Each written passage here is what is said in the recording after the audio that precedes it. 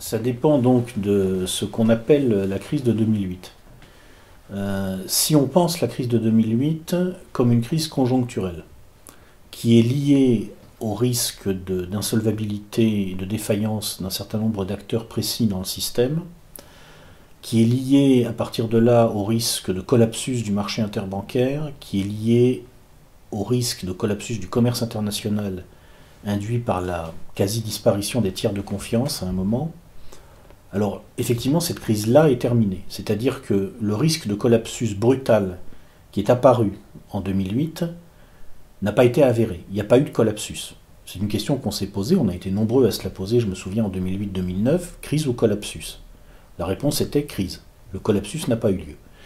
Donc, la dimension conjoncturelle de la crise, le risque de collapsus instantané, ça effectivement c'est terminé, on en est sorti. Les dirigeants ont réussi à restabiliser à peu près le système. Bon. Mais le problème c'est que la crise de 2008, ça n'est pas en réalité que cette crise conjoncturelle. C'est simplement une manifestation parmi d'autres d'une crise structurelle qui est beaucoup plus longue, qui est beaucoup plus profonde, qui vient tout simplement du fait que nous sommes dans un système dont l'essence en quelque sorte est d'être ce qu'on nous présente comme entre guillemets la crise depuis en gros le début des années 70. Bon. De cette crise-là, de cette crise structurelle, qui est en fait le problème du capitalisme contemporain, on n'est absolument pas sorti. Et en fait, la situation actuelle est pire que celle qui était en 2008. Pourquoi? Qu'est-ce que c'est la crise structurelle sur le fond? En fait, nous sommes aujourd'hui dans... Je vais faire très très court, je vais simplifier à l'extrême. Bon, nous sommes aujourd'hui dans des sociétés qui ont besoin de croissance économique pour se maintenir. Elles ne peuvent pas se maintenir sans croissance économique. Bon.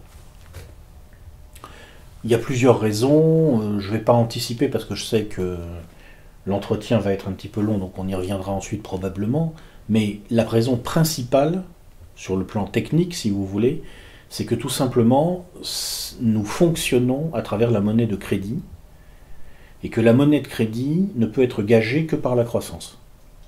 Bon. Tout simplement aujourd'hui, nous arrivons dans une situation où il n'est plus possible de maintenir les trends de croissance nécessaires pour rémunérer le capital accumulé. Ça n'est plus possible. Donc, qu'est-ce qui se passe? Pour continuer à le rémunérer optiquement, on fabrique du capital fictif en plus. C'est-à-dire que l'excès de capital fait boule de neige.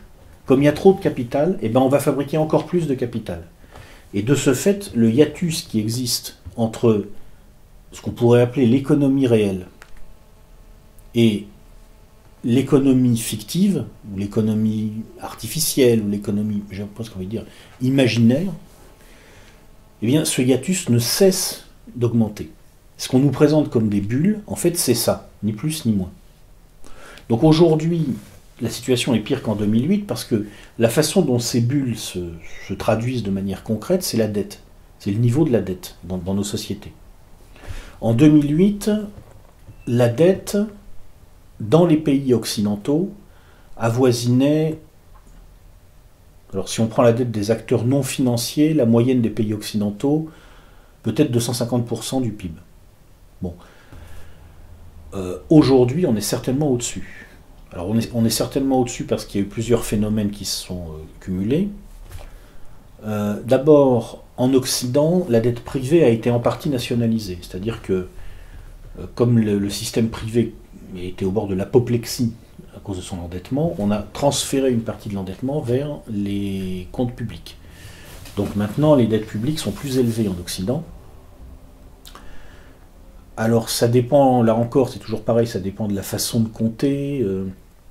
Aux États-Unis en particulier, il y a de très gros problèmes parce qu'il existe une dette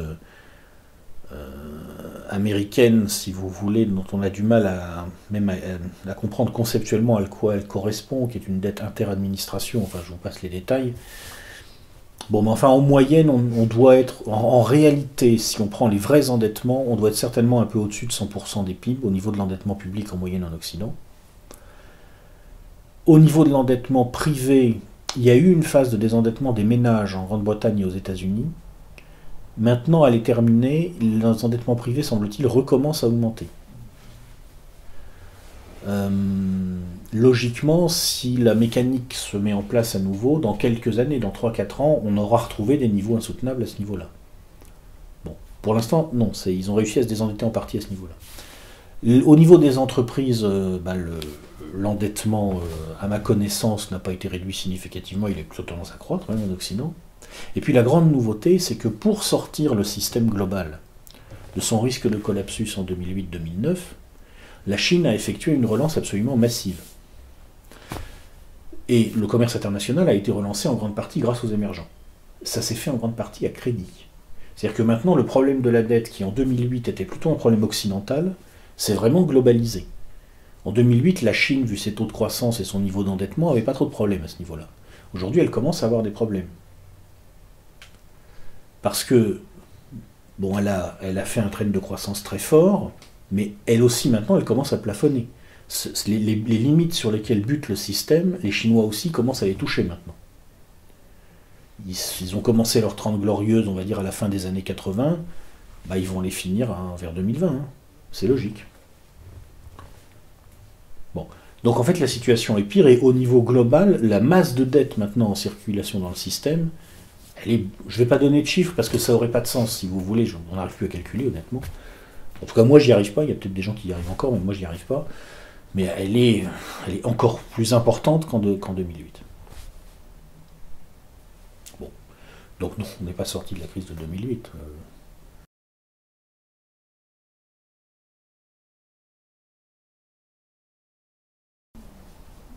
Alors, bon, déjà, le premier problème, c'est que cette baisse du cours du pétrole, on ne sait pas à quoi elle est due. Bon, évidemment, ce qu'on voit, c'est que la production a augmenté. C'est-à-dire que moi, j'ai l'impression que ce qui s'est passé, c'est qu'on était en 2006-2007, on a touché le pic d'extraction sur les pétroles conventionnels. Donc à ce moment-là, ils ont décidé de lever toutes les restrictions au forage en eau profonde. Bush en 2008, si ma mémoire est bonne, ou 2007, je ne sais plus, bon, dans ces eaux-là. C'est ce qui nous a valu 2 ans plus tard la catastrophe de la plateforme Deepwater Horizon. Ils ont aussi décidé de développer les schistes.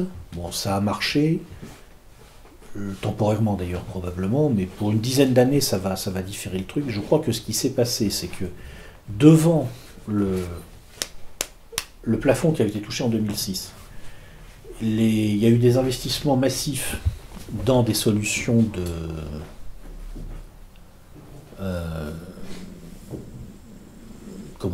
substitution au pétrole, et simultanément il y a eu une relance de la production qui a été finalement plus efficace que beaucoup d'anticipation.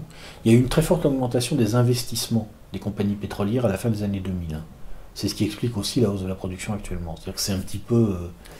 Et je crois que la percussion de cette course en avant vers la production à tout prix, de gens qui ont en quelque sorte n'ont pas anticipé le fait que leurs actions cumulées allaient différer le pic d'extraction, et qui ont donc investi en fonction de ce qu'ils pensaient devoir être le prix dans l'optique d'un pic d'extraction dépassé, si vous voulez, plus les investissements qui ont été faits pour développer des substitutions au pétrole, ça a fait quand même baisser l'offre et augmenter baisser la demande et augmenter l'offre. Et voilà, donc c'est ce qui explique cette baisse. À mon avis, c'est temporaire. C'est-à-dire que ça peut durer quelques années, mais si j'en juge par ce que disent les géologues, je ne suis pas géologue, non, disons que le pic d'extraction des conventionnels est franchi, et le pic d'extraction de l'ensemble, pétrole conventionnel et non conventionnel, il est probablement maintenant devant nous à quelques années, quoi. Bon.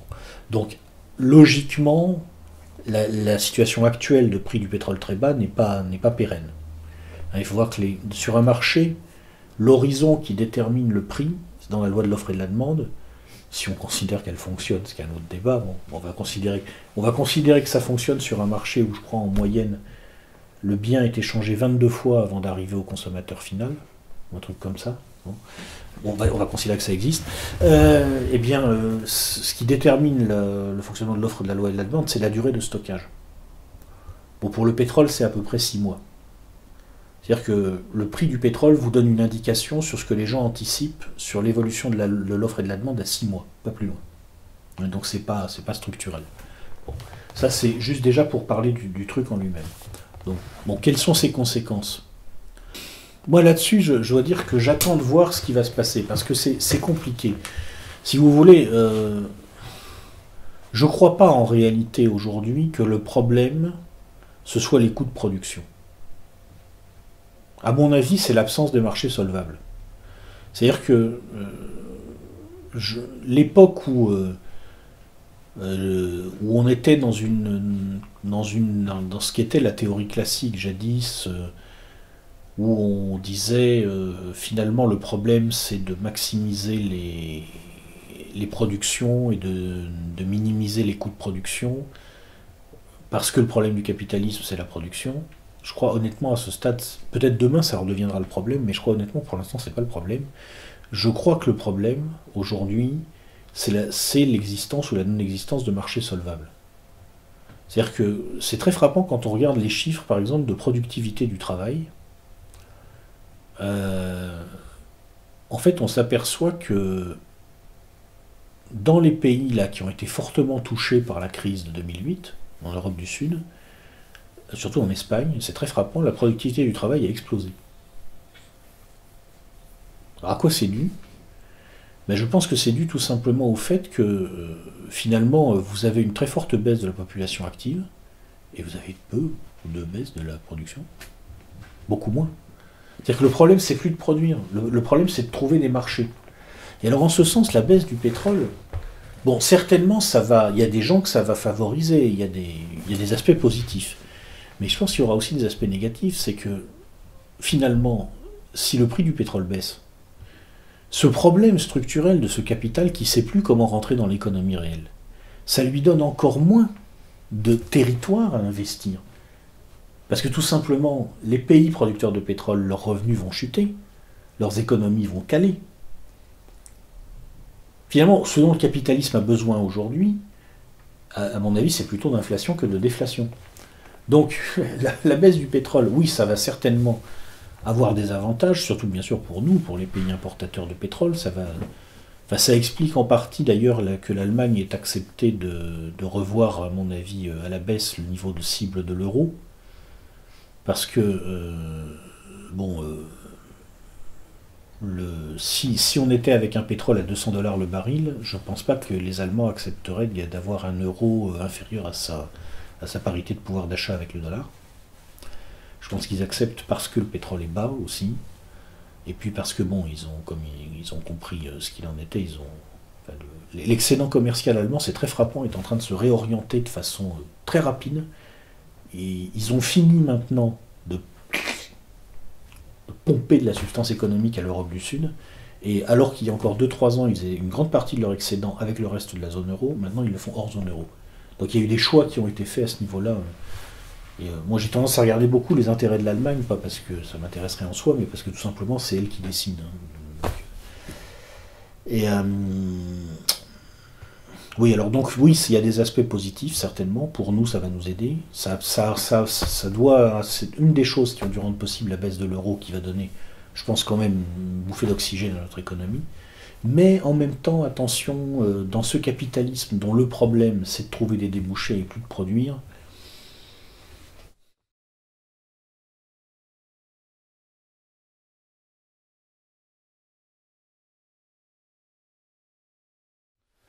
Alors, ce qui est sûr, c'est que forcément, à un moment, ça va craquer. C'est-à-dire que quand vous regardez les perspectives de la croissance mondiale, la masse de dette qu'il y a dans le système, vous voyez très bien que, à un moment ou à un autre, il faudra revoir radicalement la valeur de l'argent. Parce que qu'est-ce que c'est en fait ce qu'on appelle un crack? C'est une révision de la valeur de l'argent. Bon. Il est bien évident qu'aujourd'hui, quand vous avez un ensemble de dettes dans le système qui aboutit, je sais plus, je crois que ça a été chiffré, entre 2 et 3 ans le PIB mondial, je crois, ou quelque chose comme ça. Facile, hein, à l'échelle globale. Hein. Bah oui, forcément, ça va craquer, quoi. Enfin, là, il n'y a pas longtemps, j'ai vu un truc extraordinaire, mais qui en dit long quand même sur le côté complètement absurde du système. Le Mexique, enfin, c'est quand même pas un État qui est réputé, j'aime bien les Mexicains, hein, c'est sûrement des mecs super sympas, mais on peut pas dire que leur État soit réputé pour sa stabilité, sa fiabilité, c'est bon. Le Mexique a émis des emprunts à 100 ans. Et apparemment, j'ai bien compris, ils ont trouvé preneur. Alors, en fait, enfin, je veux dire, les mecs qui ont acheté ça, ils peuvent pas décemment espérer être remboursés par le Mexique dans 100 ans. Donc, à mon avis, ce que ça veut dire, c'est qu'ils les ont achetés en se disant on va les foutre dans des paquets, on va titriser ça, on va remettre ça dans des special purpose vehicles. Ça y est, ils ont recommencé, comme avant 2008, dans la joie et la bonne humeur. Et hop, on va refourguer ça à l'ensemble du marché, et au passage, on aura prélevé notre com. Donc ça voudrait peut-être dire que ce qui s'est passé en 2008 sur la dette privée à travers les subprimes, la prochaine fois, effectivement, c'est sur la dette publique. Ce qui serait logique, puisque justement, on a rebalancé les dettes sur la dette publique. Ouais, bah... Oui, c'est... Non, après, je sais pas si ça sera 2015. Vous savez, Toiti... Il y a François Langlais aussi qui a dit qu'il y aurait un crack qui se préparait, lui il n'avait pas donné de date exacte. Non, je dis ça qu'on aille vers un crack, c'est forcé. Je veux dire, les Keynes disaient les arbres ne montent pas jusqu'au ciel, quoi. Donc il y a forcément un moment où ça craque. Mais je sais pas si c'est 2015.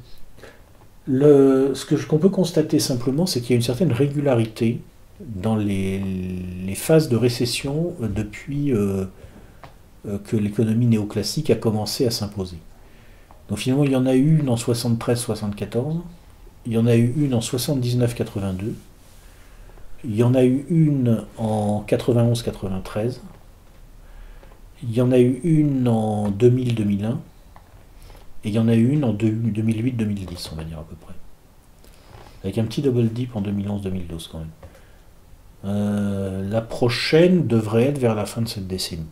Si la périodicité est respectée, la prochaine devrait être vers la fin de cette décennie. Mais moi, enfin, bon, il y a des gens, si vous voulez, qui ont le niveau apparemment pour continuer à comprendre quelque chose au fonctionnement de ces marchés. Pas moi, je suis désolé. Honnêtement, tout ce que je sais, c'est que ça va finir par craquer. Mais je ne m'aventurerai pas à faire des modélisations. Je ne sais pas d'ailleurs s'il y a quelqu'un quelque part qui peut vraiment faire une modélisation. Ça serait intéressant de savoir pourquoi Toiti et l'anglais disent ça. Bon, que l'anglais dise qu'il va y avoir un crack, ça c'est... il a raison, oui, il y en aura un. Mais Toiti, pourquoi il dit ça en deuxième semestre 2015 ? Je veux dire, s'il le dit, il a eu raison. Il ne s'est pas levé le matin en disant ah, illumination. Donc il a dû faire une modélisation, un calcul, ou alors il a eu des informations. Bon. Mais moi, en tout cas, je ne sais pas.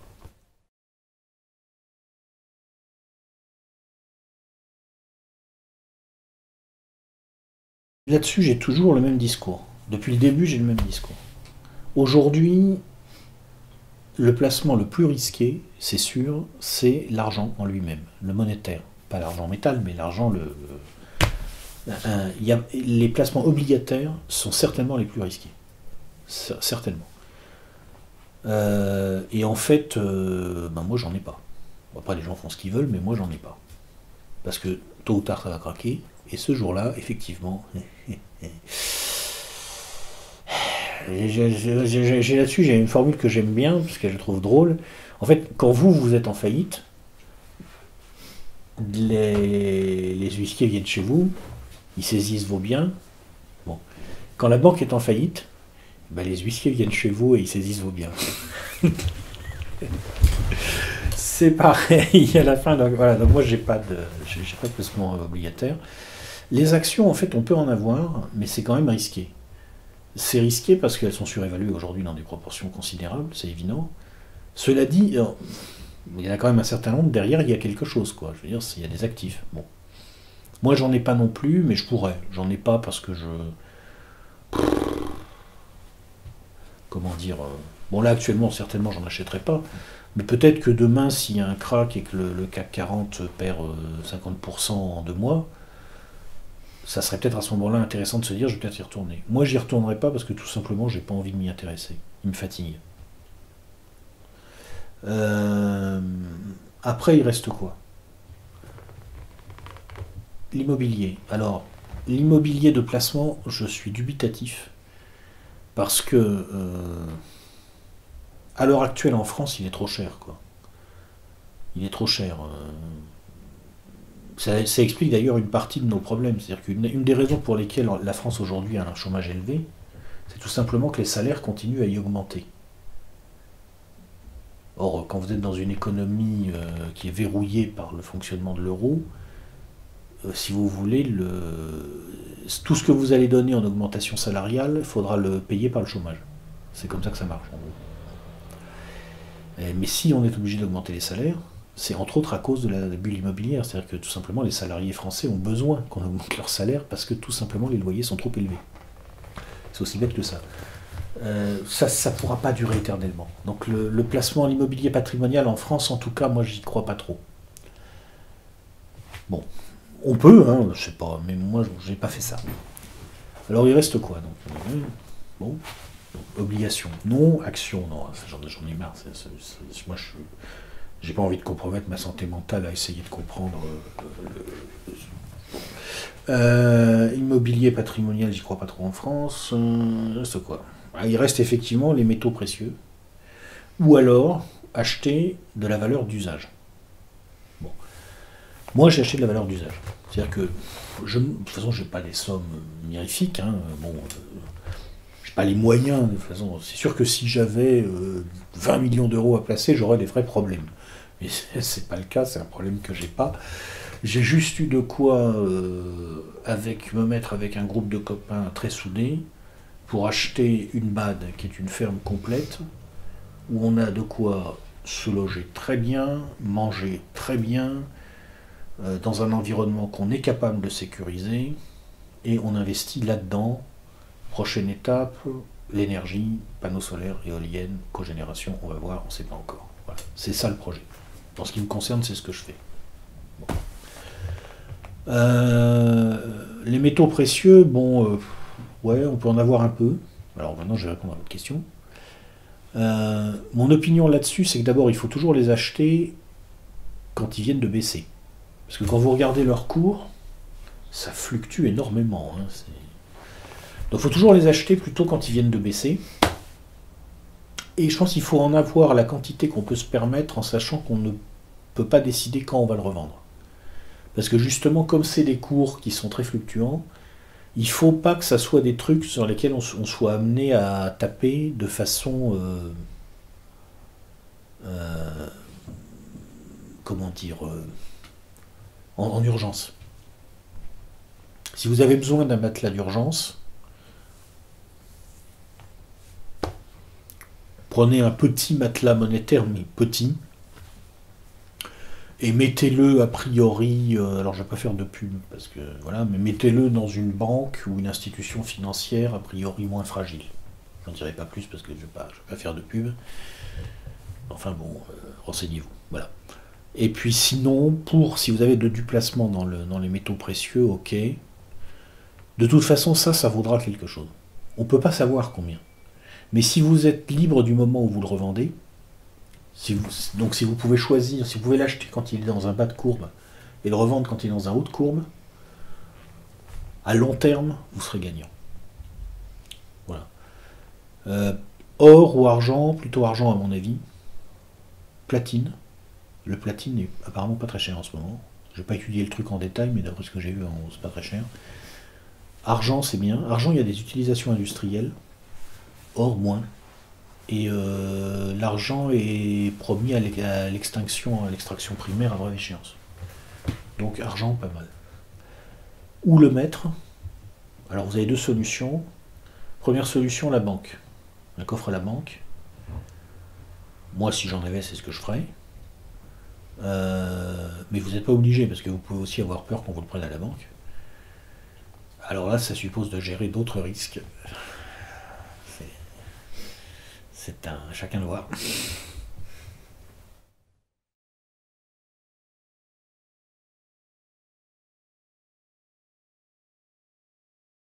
Je pense que c'est une décision.